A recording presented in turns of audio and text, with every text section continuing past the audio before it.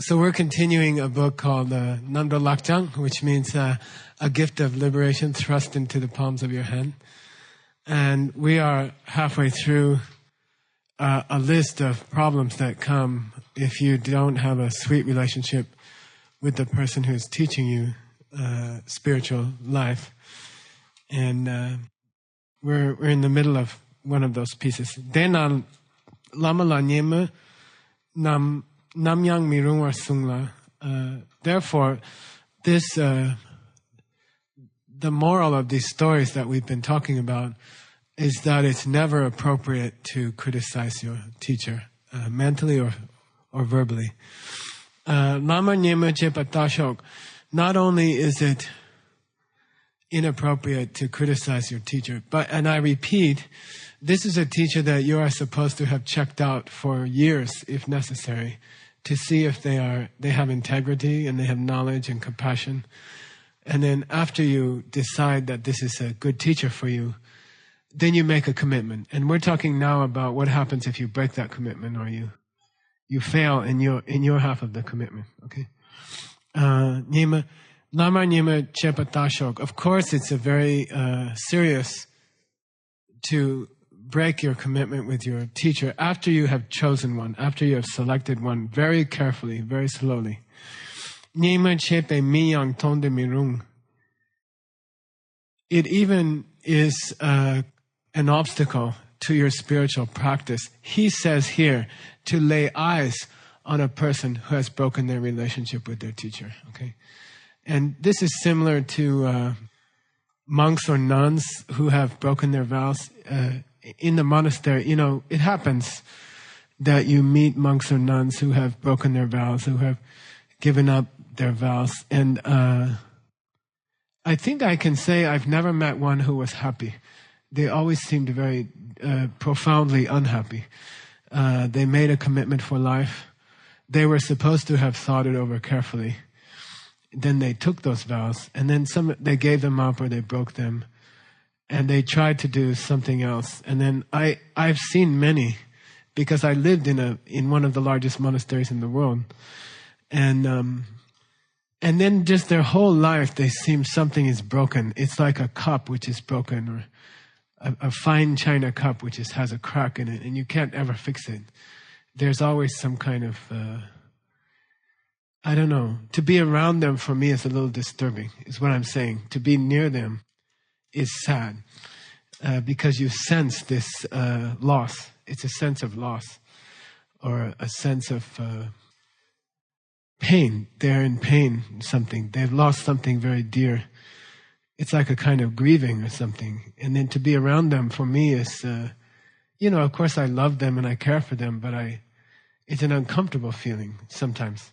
And in this case, he's talking about not only is it a bad thing for you to hurt your relationship with your teacher, but you also are hurting other people around you.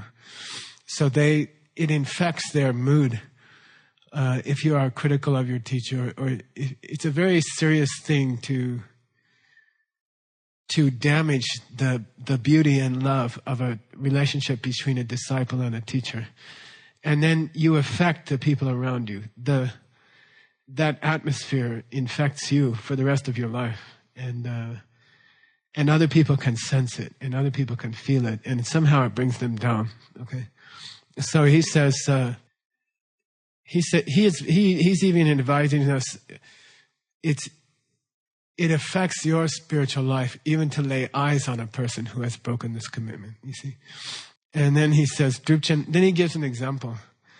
Drupchen Lingrepe, then there was a high Lama long before Dzongkhapa in the 1100s. He was born in 1128. He passed away in 1188. A lot of you at Diamond Mountain, you studied Lama Christie briefly taught, I taught her some pieces of a Lama called Sangpa Gyare, very famous teacher from India who taught in Tibet for 12 years. And his name was Sangpa Gyare. And he was always saying cool things. And he had a student named Padma Dorje, or his short name is Lingrepa. And he was giving a teaching to a group of people in Tibet. And then Chaklo Lobma, then a student of a lama, a different lama named Chaklo. Chaklo is a short for Chaklo Tsawa. And this Lotsawa means a master translator of what to what? Sanskrit to Tibetan. So the whole process of translating the scriptures into Tibetan took 700 years. And in that course of 7 centuries, there were, I don't know, a handful, maybe 20 or 30 true masters of translation. Marpa was one, for example, Milarepa's teacher. And Chaklo Tsawa was one. They just call him Chaklo Tsawa. It's not clear what his dates were. I think they were in the 1200s, very late 1100s. Then he had a student, Lobma, Dam Nyam Shik. Dam Nyam means Tam Tsik Nyamba. It's an abbreviation. What's Tam Tsik?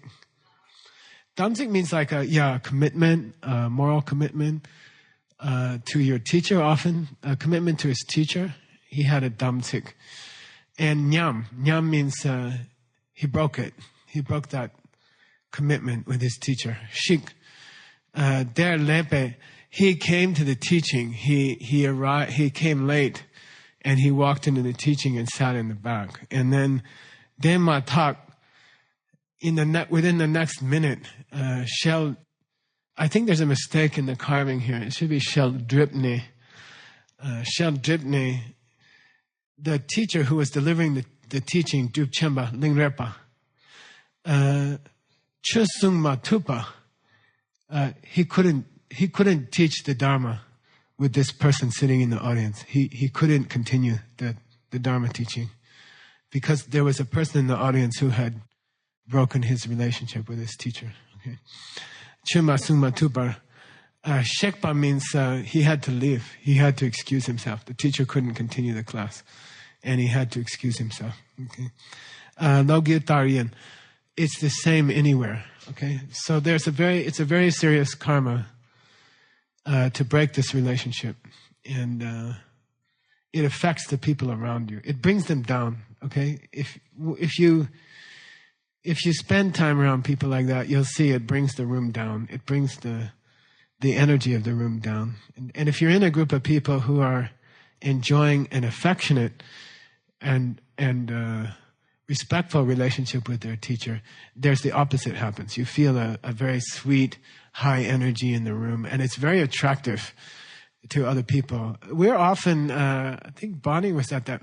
We had a meeting at the Good Egg in Happy Valley Road, and we often have DCI meetings in restaurants because this is our office, and or Starbucks, or we're on a plane, or we're in an airport. And people will come up to us and say, what do you guys do? You know, we'll be on a plane to China, and it'll be 6 hours into the flight. The whole flight is asleep. Even the attendants are asleep. And some flight attendant will come up and kneel down next to the chair and say, what do you guys do? And how does someone join you guys? You know, and they don't know what we do. And the waitress in the Good Egg begged us to hire her son, and gave us her phone number. And she didn't know what we do, but she just felt the energy, the sweet energy of a group of people who have a sweet relationship, teacher-disciple relationship. So I think it's a very beautiful thing. So if you break that relationship, you're also affecting the other people around you. Okay. All right. We're on to problem number 8. I'm happy because it's the last one, okay? And then this is the most depressing part of the Lam Room, okay? If you're new or you haven't come to many of these classes, please hang in there. We're going to get to meditation and, flying in the sky and stuff like that. Apparently it's important to go through this process of hearing about. So that finishes, by the way, homework number 2. People can do. Homework is just meant to help you become a better teacher. We've learned on the DCI tours that those people who finish their ACI courses, the 18 courses, they make much, much better teachers. They are able to answer people's questions. Those who have finished the Vajrayana, Diamond Way courses, the second 18 courses are even greater teachers. And the people who have finished their 36 courses and who are nice to other people are even the better teachers. And there seems to be some kind of correlation between someone who has all three of those qualifications. You did your 18 ACI courses, you did your 18 Tantra courses, and you are polite to people and sweet. Then you really are a great teacher. Okay, so here we go. Problem number 8. Gepat serab tamche tu gewi shenyen ki pong bani. Pong is an ancient word that means bereft of something or without. There's a beautiful part in the Vajrayogini Sutta. What is that? Anyway, Shedam Pamba Mepa Bulki Lekshene. Pamba Mepa Bulki Lekshene. I give you everything I have without hesitation. Okay? And Pong here is similar. Pong means to not possess something. To go without something. Okay, what? Gewe Shen Yin. What's that? What's the short version of that? Geshe. Okay. So the word Geshe, which is currently a title, a degree, it used to mean spiritual teacher. Gewe Shen Yin. Okay. It means like a Dharma brother or Dharma father or something like that. Okay. Gewe Shen or mother. Gewe Shen Yin. Serab Tam Jedu, in all of your future lives, you will be Pongba of a Gewe Shen Yin. You won't have them. You won't find them. So I'll tell you something very true and very beautiful and very sweet, and I offer it to you as a rare thing to hear. But when you see emptiness directly, in the hours following that, you have many extraordinary experiences. And one of them is to see directly the teachers that you will have in your future lives. Okay? And there's a feeling that comes from that to know that you will be taken care of even after you die. And even if you die 100 times, to know that you will always be taken care of by a beautiful teacher, sweet, holy teacher. And you will never again be without one. This is extraordinary. What do you call it? Insurance policy. It's something extraordinary to know that you will be taken care of forever into the future. It's an extraordinary emotion to know. And if you disrespect your Lama, the opposite happens, you see? And you can look, you can travel, you can seek out teachers, you can read magazines and find out who the hot teachers are, or go on the internet, and you will never find a good one. You won't, because you broke your commitment, and you don't have the karma anymore. And there's nothing you can do to find one. It doesn't matter where you go. You can go to the Dharamsala and you won't meet anybody. You see what I mean? Nothing will happen. And the opposite, if you honor your teacher and love your teacher, then you create a karma that you will be taken care of forever, even after death. And after many deaths, you will always be taken care of from your childhood, you see. And it's a very beautiful knowledge to have, okay? It's called Deng in Tibetan. Deng doesn't mean dang, okay? Dang.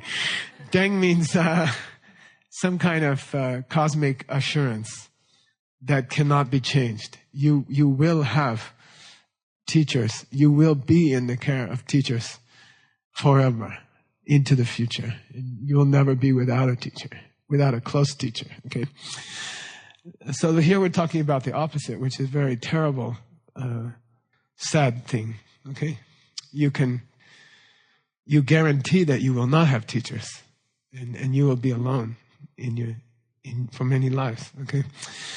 Pombani, Narake Shenyan Tembe Penyan Shepa Dele Dokte. This is the opposite of a benefit that we mentioned in the list of benefits, which was that if you maintain an affectionate relationship with your teacher, then then you will have more teachers in the future. And in this life, you will continue to meet cool teachers. You know, you want to study bowling or French language. Oh, I wish I could put it in my head. Or anything you want, you will find the most beautiful, amazing teachers, you know. I wanted to start a rose garden, you know. I went to a rose gardening class, and it was a pretty big class, and the lady got up and she was like, okay, here's how you plant a rose. And we studied for like 3-4 days how to plant them, how to take care of them. And then at the end, she was like, okay, we're going to have a lottery. And whoever wins the lottery, I have to come to their house and actually stay there for days and help them start their rose garden, you know. So, you know, I'm like, oh, I got the thing, you know. And she came and she planted all my roses. And she's like the rose master of the Verde Valley, which is a pretty big place. And just it'll always be like that. Your whole life will be like anything you want to learn, the person will be there. You know, they'll just suddenly the best one in the world will show up and you do it. You know, so. And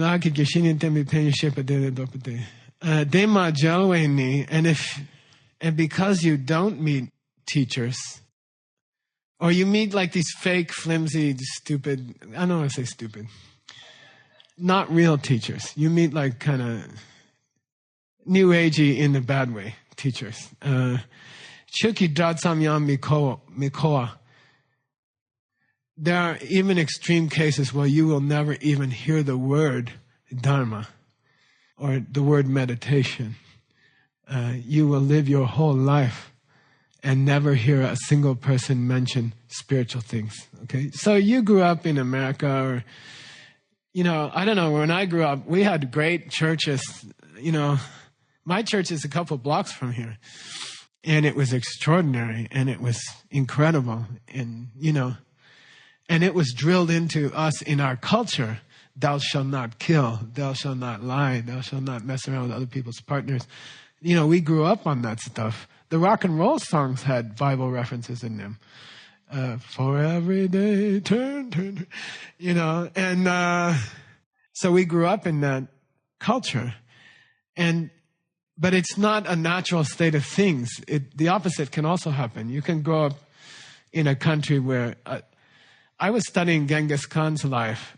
He grew up in a culture where it was considered quite desirable to invite people to dinner and murder them and steal all their stuff. You know, his father was poisoned at a feast given by another chieftain, and he and his mother were driven out into the forest in Mongolia to die, and that's how he got so tough.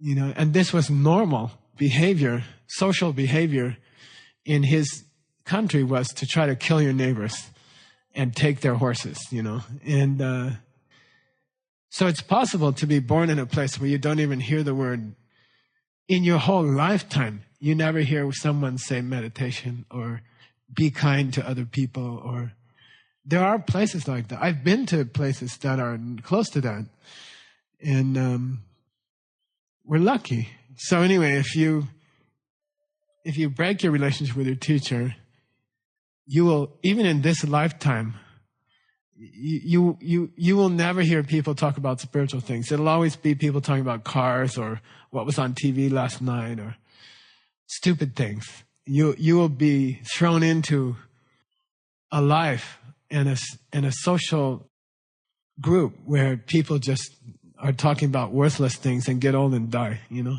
and it will seem normal to you because that's all you'll ever hear. No one will ever talk about higher things around you. Okay. Mikombe ne. In Buddhism, this is called mikomba. What's mikomba? Do you guys know? Komba. Komba means lack of opportunity, lack of Telmjor, right? A lack of spiritual opportunity. You will be born. Mikombe ne means a world where no one mentions sweet things. They don't even talk about them. No one's talking about Dharma or religion or anything. Okay? Mikombene konarkeshing. You will only be born in places like that. Okay? Where you just have no opportunity ever presents itself to live a spiritual life. Okay? It's not part of the culture that you're born into. We've been to countries where they didn't allow any spiritual life, and it was very sad. I was in Russia when communism fell. I went there to negotiate the cataloging of the Tibetan collections in St. Petersburg, which we negotiated. It took 14 years to finish the cataloging. But when I went there, I was on the subway, and every single person had a New Age book in their hand because they weren't allowed to read them the year before for 50, 60 years. And they were so hungry. And anybody who showed up in Russia during that 10 years, you could teach anything and 1,000 people would come, because they were so hungry for anything. They were so starved of anything beautiful or deep. And it was really it was a cool time. In Mongolia, it was the same. When we went to Mongolia the first time, we spoke in a stadium. And people were handing sick children up onto the stage in stretchers, like handicapped children and stuff. And it was intense. And they hadn't been allowed to practice for 50, 60 years, And it's a human need to have some spiritual life. And to be denied it is the result of breaking your commitment with your teacher. Okay? All right. Dona Jetson-Kape, he's going to summarize with a verse from Jetson-Kapa. Jetson-Kapa, if you're new, was the teacher of His Holiness the First Dalai Lama, Gen Druk. And he started our immediate tradition, our immediate lineage. What was his birthday? 1357 to 1419. If you want to break into any of my email accounts, okay. Bank account. Nothing in the bank account. Anyway, okay. Dorna Jessica, he said, Dene de dichi legso jinyepe. So he quotes the first line of a verse by Jetsun Kappa. So I went and got you the verse because I knew you'd want it. So here's the whole verse. This is from his Nyam Gur. Okay, Nyam Gur means an extended poem in which Jetsun Kappa reveals some details of his personal inner life, his own inner spiritual life. He reveals some of the details of his own life, which is a very moving piece of literature to read. Okay, Dene dichi leso jinyepe tendale partipe tsawani lamdun shinyan tamba bepayi samdan jorwe tsushin tembaru tongne soki chiriami tonwa kashin jube chipe nyeba che jetsaname nyamlan detanze tandu dakan deshin kyang talo. Each verse of that work ends with the same lines. Jetsaname nyamlan detanze, the lamas of our lineage, this is how they have practiced. Tandu dakyang deshin kyang talo. And I also sought liberation, so I followed their footsteps. Each verse ends with the same two lines. Okay, what did he do? What was the secret of his own spiritual life? Right. This is like Jesus writing how he made it. If you want anything good to happen in this life or your future life, what is the root for Tendel? What's Tendel mean? It means the Buddhist idea that everything comes from causes, right? You can plant your future, Tendel, right? But I think you've heard me say, in 0.1% of the cases, it has a different meaning, completely different meaning. Do you know? Yeah, it means to get off to a good start. Tendel Jigpa, as a verb, means in the first 5 minutes of a 10-year project, you do the right thing. Like Tibetans consider the first 5 minutes of something to be very important. We were having meetings in China with companies that want to buy DCI, or they want to eat DCI, or at least they want to work with us because we're so hot in China. And it was funny because the day we started the negotiations was Tibetan New Year's Day, last Sunday, I think. And it was so exciting because in Tibet, the first day of the year is considered the day to do that kind of stuff. It's the best day to do that kind of stuff. And the first 5 minutes in the presence of the person who will become your Lama are crucial. Okay? And it's kind of unfair because you don't know they're going to be your Lama. I guess you're going to have to be nice to everybody. But the first few minutes interaction with a person sets the tone for the rest of your life. Okay? I had a ballet teacher. I used to have a ballet classes, and they would tell me how you move in the first 5 minutes. It sets the whole thing. Just concentrate for the first minute or 2 minutes how you move your body, and then the rest will follow. And that's the idea in Buddhism also. Okay, if you want to set the correct tone for the rest of your life, Lamten Shenyan, find a teacher who can teach you the path. Find a spiritual friend who can show you the path. And then Dampa, a holy one. Bepa, and then work your butt off. Bepa. Sounds like butt, right? Bepa. Bepa, surrender to them. Surrender to them. How? Samba Danjorwa. So he's telling the secret of his own spiritual success. You know, we believe he became a Buddha in his lifetime. How?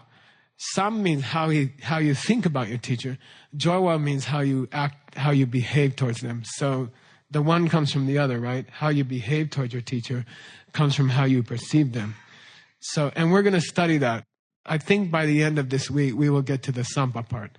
How do you train yourself to view your teacher in a special way? Okay, and it takes training. It's not natural to see a person as a Buddha or something, but it's desirable. If you're going to trust your life to somebody, try to train your mind to see them in a certain way. Samdang Jorwe, Sushin Temba, follow them, surrender to them sweetly. Tongne Soki Chuyan Mitangwa.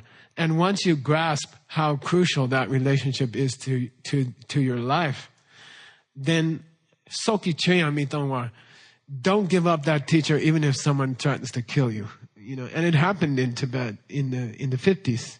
In the late 50s, or starting in the early 50s. I was born in 52. Sometimes I think I was killed there. But many people were killed. They were asked, well, are you going to follow this thing? And they say, yes. If you say yes, I'm going to shoot you. And they said yes. And they got killed. And so even at the cost of your life, don't give up that relationship. Once you commit, okay? And don't commit easily. If it takes 5-10 years to commit, take it. Check the person out, get to know them. But after you get spiritually married to someone, you cannot break it. Okay. Mitongwa, tongne sokiche mitongwa, kashin dupe chipe nyepache. Please your Lama. Nyepache means, right? What's he saying? He says, that's what I did. That's what happened to me. That's why I got to be Jetsun Kappa. Okay. I pleased my lamas. How? Gashin Drupa. Ga means their instructions, like Kangyur, right? The word of the Buddha. Gashin means in accordance with their Ga, with their instructions. Drupa, I practiced. I practiced what they taught. So I made the ultimate offering to them. I did what they asked. When they said meditate every day, I meditated every day. When they said do yoga every day, I did yoga every day. When they said help the people in Rwanda who got their legs chopped off with AIDS blood covered swords, then I went out and raised some money for that or something like that. Whenever my Lama asked me, I did. Okay, who's saying that? Jetsun Kappa. Okay, I made the ultimate offering, my practice. Okay, what's the final step? What's the final iteration of that. What does it look like in the end? You are pleasing your Lama by being a happy person, a good and happy person. That's the ultimate offering to a Lama. All they want to see is a good and happy person. They don't need money. They don't need bananas. The flowers are just a lot of work to cut, put them in the water, take them out of the water, throw them out, clean the vase. You know, they want us, by the way, flowers are good, okay? I'm happy to clean the vases, but what they really want is called dubde. Dubde means they want their, what do you call it? They want to see their investment pay off. They want to see the payoff. You know, they're in this game because they want to see the payoff. What's the payoff?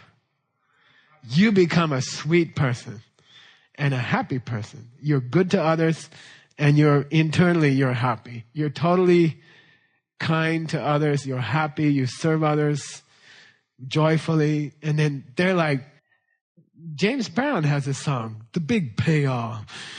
You know, you know that song? I will play it for you, but okay. I have it on here. I like to hear. He's like, the big payoff, you know, and that's their dubde. Dubde means that's their, he says, that's the offering you can give them.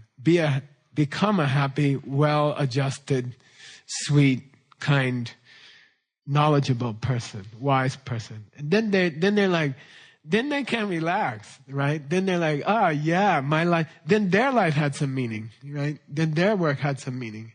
And if you're just like continually selfish and mean to people and self-centered and fighting with other students, they're like, it hurts them. They're like, I'm a failure.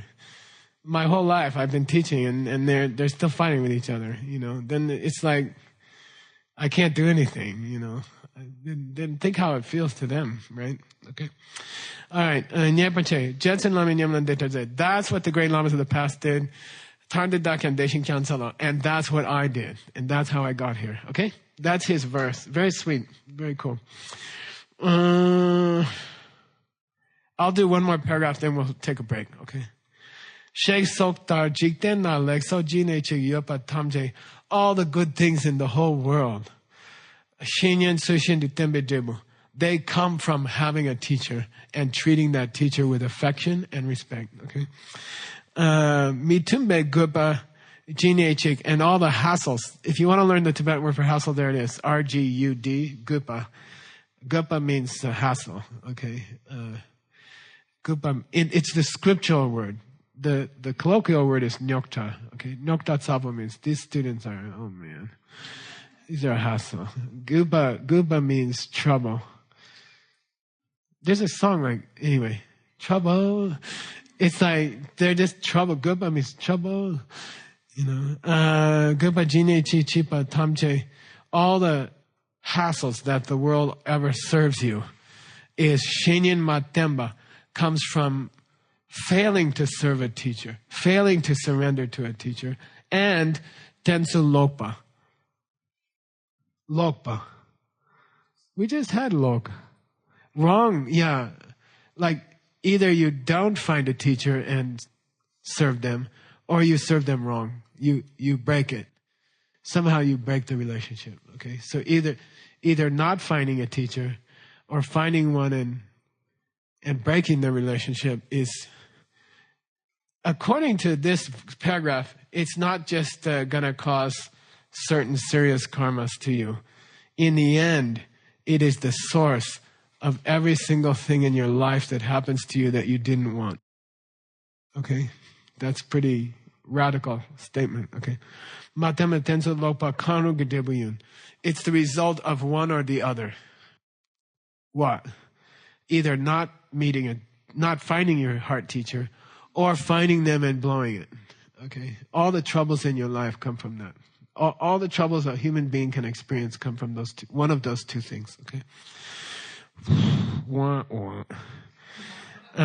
Wah, wah. It was when we did our 3-year retreat, we did a good one, and we didn't talk at all, but we had all these expressions that we all knew what they meant. And wah, wah meant That didn't work out, did it? Okay. Okay. I think we'll stop there and take a break. Okay. I'm going to just read one more verse, and then we're sort of at a place where the text breaks nicely. And then we'll have about 20 minutes left, and I thought we could do questions and answers. So if you can come up with any really hot questions about anything, okay? Any part of your life or any question, anything, okay? Things you always wanted to know, but you were afraid to ask. Okay. Lama la tensu logna.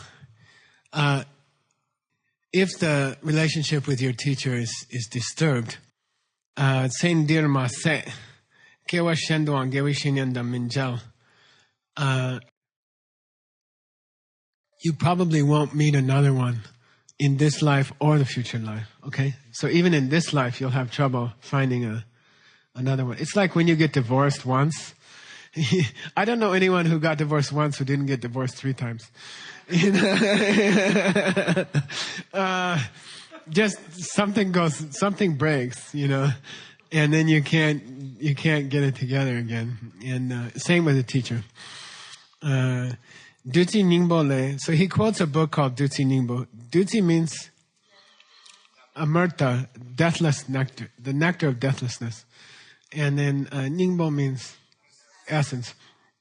And Ken Rinpoche translated this text and published it. And I remember he gave the copyrights away to the Tibetan Library in Dharamsala. And they've been publishing it all this time. So here's a quotation from that. It's another Lamrim. Kelte gyala dender dentop kam magupai yutunde wute mikom ne sukine. The nice thing about China is nothing grows, and I don't have allergies there. Okay. Magupai yutunde wute mikom ne sukine damche dang gewe sheki dayan tumingyur. Kelte Gyala, those of you studying Tibetan, this is an interesting expression. By the way, I think let's start it tomorrow. But I was thinking every time we come to a sort of unique word that I have to explain, I should give a sign like, I'm going to explain this word.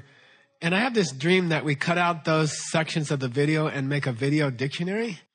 And then if you become a translator and you don't know the word here, Gyala, the 3rd and 4th word of the verse, which is, Gyala. I'll say, okay, mark the video here at this moment, and I'll explain this unusual expression, and then we'll collect those for 10 years, and then we'll have a dictionary, a video dictionary, and because there's a lot to say about Gyala. So Gya, you know the word Gya from Ganden La Gyama. Which is what? Well, there it means 1,000 angels, but that's a translation of a word that means 100. Gya means 100, okay? And it's probably related to the word Gyatso, which means wide lake or ocean. And the word Dale is the Mongol translation of Gyatso, which means ocean. And all the Dalai Lamas are called Gyatso something. Genden Gyatso.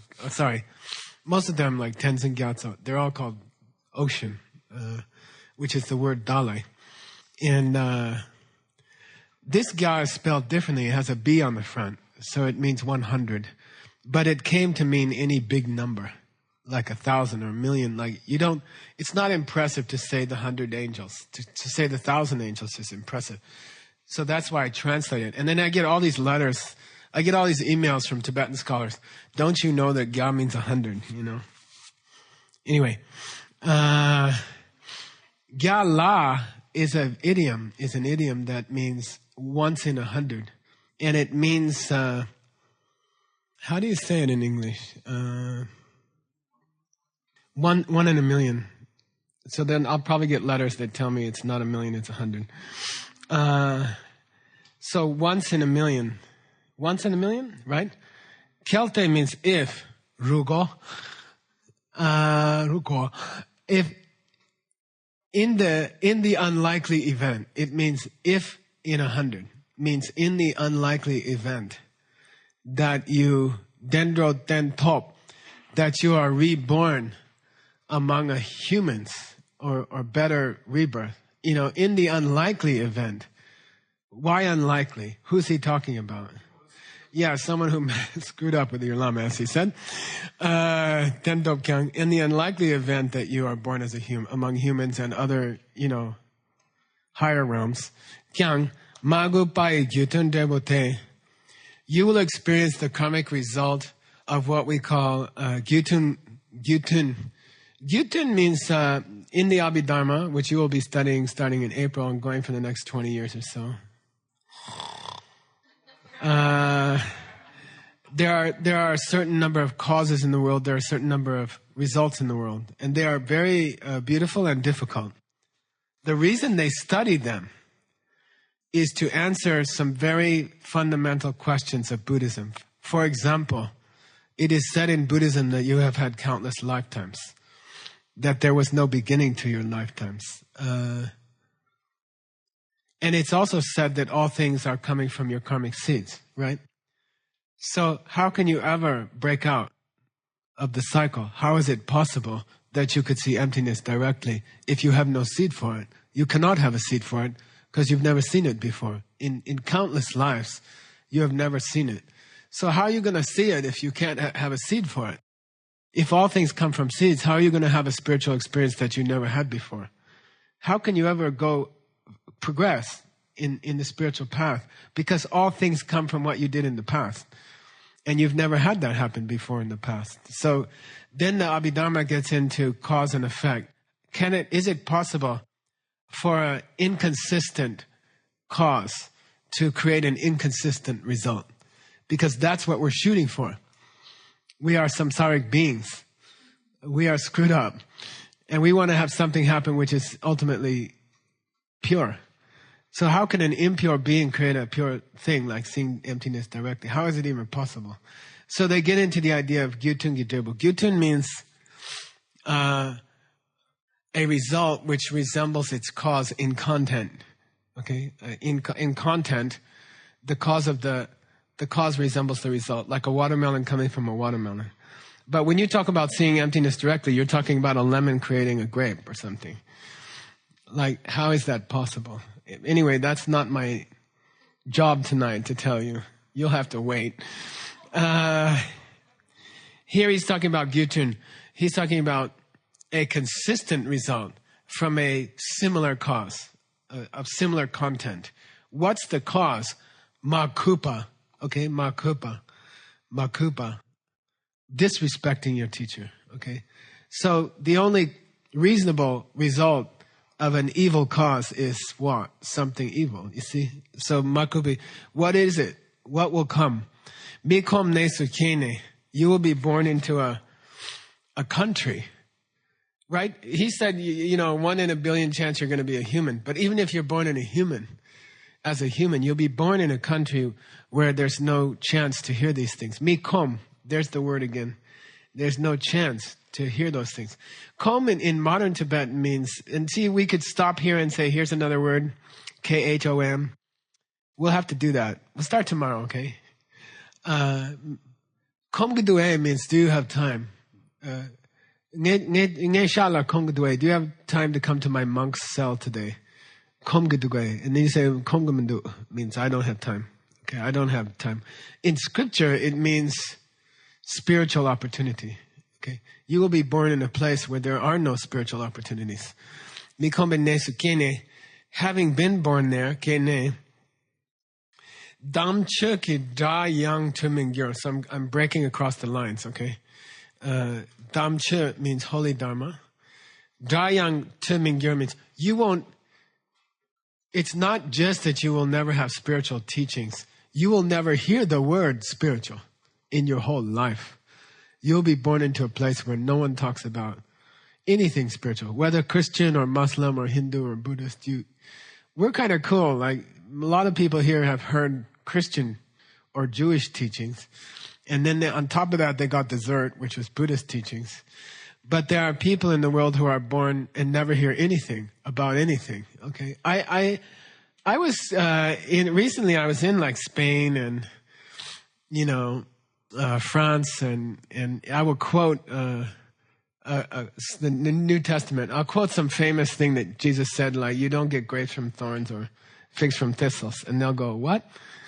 And I'll say, you know what I'm talking about. Is you don't get, or you reap what you sow, right? This is old English. We don't use those words anymore.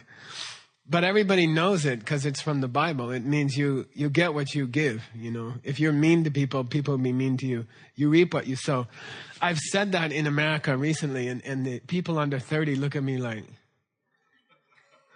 like it doesn't mean anything to them. They never heard it before, I say, or I quote a Beatles song and they ask me, what's the Beatles? And that hurts me, That really hurts, The Beatles were everything for a whole generation of people. They were like God, It's like saying, who's God, And you're like, what? You don't know the Beatles? There is such a thing nowadays. They don't know Gimme Shelter? They never heard Gimme Shelter? Anyway, you're going to get to hear it, hopefully. Caltech Yala, you won't even hear the word Dharma in your whole life. No one will ever mention spiritual stuff at all. You live in a country where there is no spiritual stuff and there's no words for it at all. No one cares and no one ever heard of it. Okay? Dam che dang, gewe sheki dayang tumingya. And you will never hear the word Dharma teacher. You'll never hear the word spiritual teacher. There'll be no such thing in the country where you live. Okay? There'll be no such thing. It was kind of like that in America. When I grew up, we went to church near here, and there were wonderful priests there, and I was very close to them, and they were beautiful people. But there was no custom to study with them privately. There's no such thing. You don't go into a Christian church in my time, when I was growing up in Phoenix, and say, I'd like to come to your house and you teach me what Jesus taught. There's just no such thing. And you will come to live in a place where there's no such thing. There's no such thing as a personal spiritual guide. No such thing. And there's no word for it. Okay? And it's just not the custom. Why? Because you broke your relationship in a past life. Okay? Okay? I'll stop the depressing talk. And if you have questions, we'll do questions we have about 15 minutes. But if you don't have any questions, I'll go back to the text. Bonnie has a question. Okay. I'll repeat the question until we get a mic, okay? It was a great Dharma class because I was afraid. You weren't here? No, I Oh. wasn't. I was afraid when I left. Oh, you're afraid when you're there. Okay, good. Because I have my own internal bad influence friend. Yeah, okay. Always having to battle with. Okay. And I really don't want to be that bad influence friend for them. Yeah, good. And then especially when you hear like just the heavy negative thing that can happen to people who disparage their mama. Yeah. So I'm just wondering, what's the best way to help people we love that we see going in that direction? Yeah. Okay. Okay, I'll repeat the question. So Bonnie said she had a good class yesterday because she went home scared. So the class had some effect. And then she was reflecting on, she has her own dikdrop, negative influence, spiritual influence within herself. And then she was thinking about people that she would meet who are kind of tending that way. And that's not uncommon. Why? It is the most expensive karma in the world to meet a teacher. And it's burned up very fast. 5 minutes with a teacher will burn up, we believe, thousands of years of good karma. Okay? And you're like, I have a friend, he doesn't want to be around any teachers because he said, I don't want to burn up my karma. I'm like, wait, we have a mental problem here, conceptual problem, so you're born with a kind of a debit card, and then all the good experiences in your life use it up. And that's why people age. That's why people get old, because you use it up faster than you replace it. Even if you try pretty hard, you're not making good karma fast enough not to get old, you see. And it's the same with a teacher. So it's very common to meet people who are with a teacher for a while, and nothing bad happens. There's no big blow up or explosion. They just lose interest. They just slowly wander off to do something else. Then if we see that happening to our friend, is there something I can do to help them? Can I somehow help them charge up their debit card for another 10 years with their Lama? Is there anything I can do to help a person who's losing interest or losing affection for their Lama? There's a very beautiful thing you can do. So in the end, everything you see is coming from you, right? In the end, if you see people around you losing interest or having friction with their teacher, in the end, it's always coming from you. Hinsa patishtayam tatsanidavara tyaga, right? In the Yoga Sutra. If you see conflict in your life, it's because you yourself have been violent. And to fix it, ahimsa pratishtayam, if you stay aware of that fact and you try to be less violent in your own moment-to-moment behavior, tatsanidavara tyaga, you will no longer see conflict around you. So if we see people around us losing interest or having trouble with their teacher, in the end, it's coming from small seeds in me, inside of me, and I can fix it. Then I have to help them, I have to crank up my own faith. You see? So the real solutions in Buddhism are sweet, and they're not difficult. They're a pleasure. You see? How do you fix other people's problems? You fix yourself, and that's pleasant. That's a fun thing, because then you're a nicer person and you're happier. So the way to fix someone else's, the way to influence a friend in a positive way, who's maybe wandering away from their teacher or having trouble with their teacher, is to be super vigilant about your own relationship with your teacher and dedicate those corrections, those minor corrections, those corrections which are at this point minor for you, but which will be major later if you don't correct them, and which are causing you to see these people. Correct minor, be very super vigilant. Say, okay, to help so-and-so, I'm going to be really vigilant about my own feelings about my teacher and my own service of my teacher. And then that will correct what I see. And that's just a beautiful strategy for your whole life. Okay. Anything in your life. My friend's having financial problems. Oh, you should be more generous. Or my family, people in my family in another state are fighting with each other. Okay, then you be more friendly with your friends, and you be more kind to your friends. And that's how you fix them. In Buddhism, you fix everything around you by fixing yourself. And that process is desirable and fun. And you become a better person. And it's so fun to go to bed sending someone your corrected Lama behavior. Like, okay, I've never disparaged my Lama, let's just say, but I was a little irritated with them a couple of days ago. It crossed my mind. What do you call it? Flitted across a shadow of a thought, like, oh, this is such a hassle, And then I caught it, and I caught it, and I confessed it, and I dumped it, and now I dedicate that dumping to my friend who's wandering away from their teacher or something like that. Okay, so that's how you fix it. It's a wonderful process. Buddhism has a wonderful solution to everything, which is fix those tendencies in yourself, small as they be, and then major things that you see in your life will shift.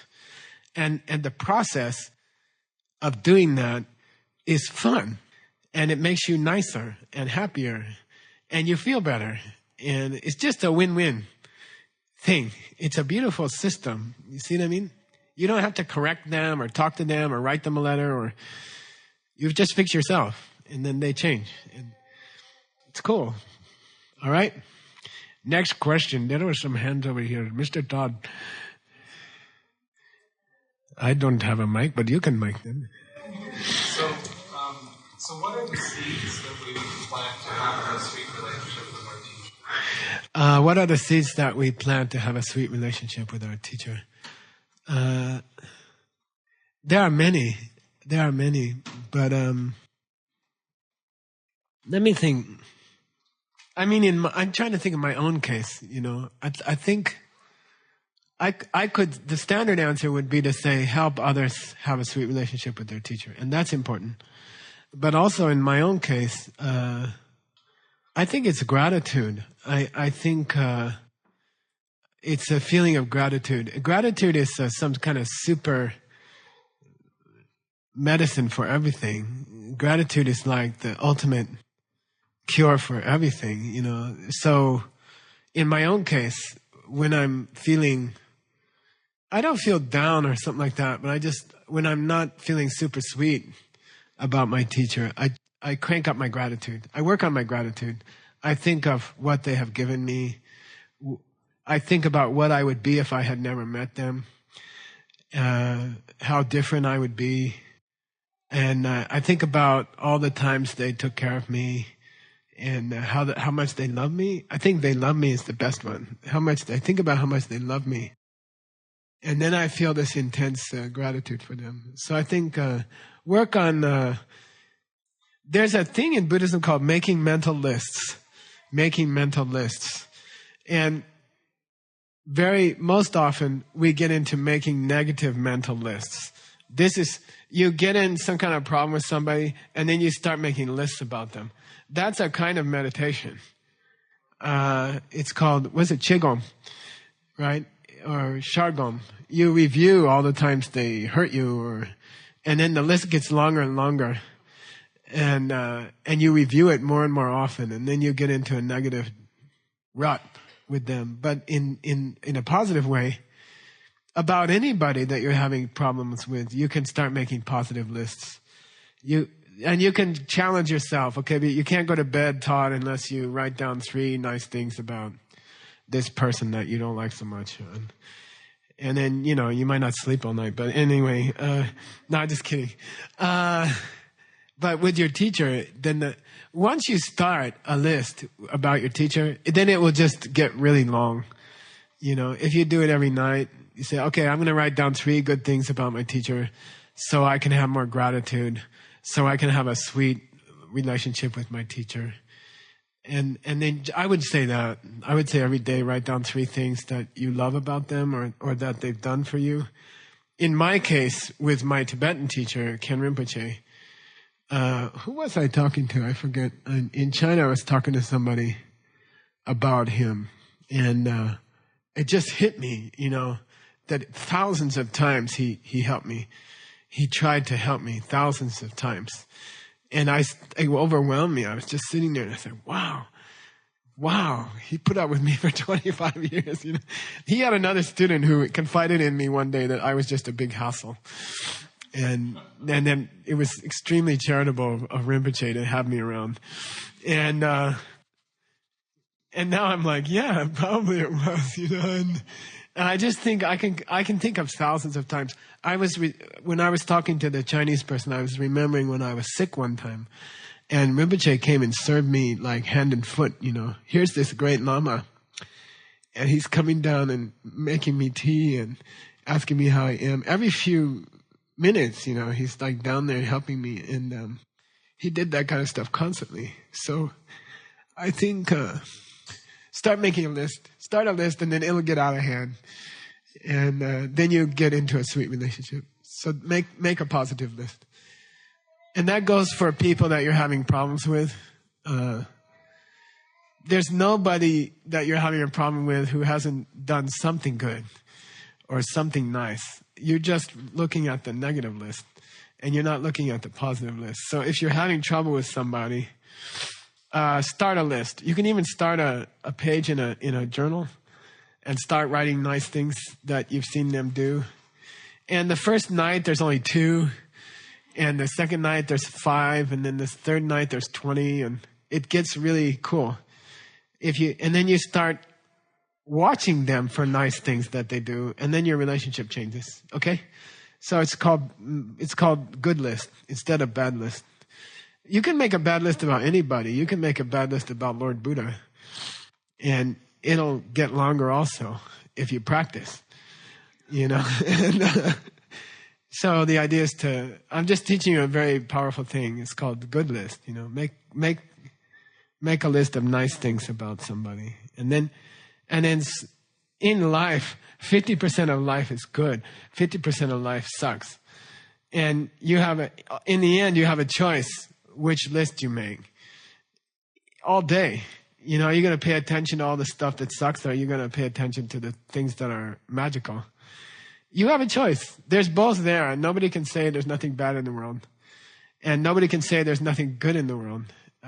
It's mixed up because your karma's mixed up. So you have a choice. In any given hour of your life, you have a choice. You can pay attention to the stuff that sucks, or you can pay attention to the things that are a miracle.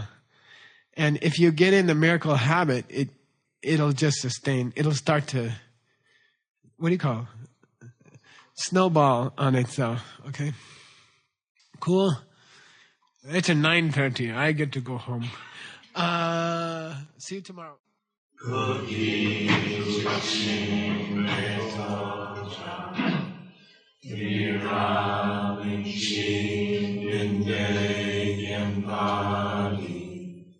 Sangye Shindu Mikte Uwagi Yogunanda Shingla Chuparsho Yanguru Ratnamanga Kamyatayami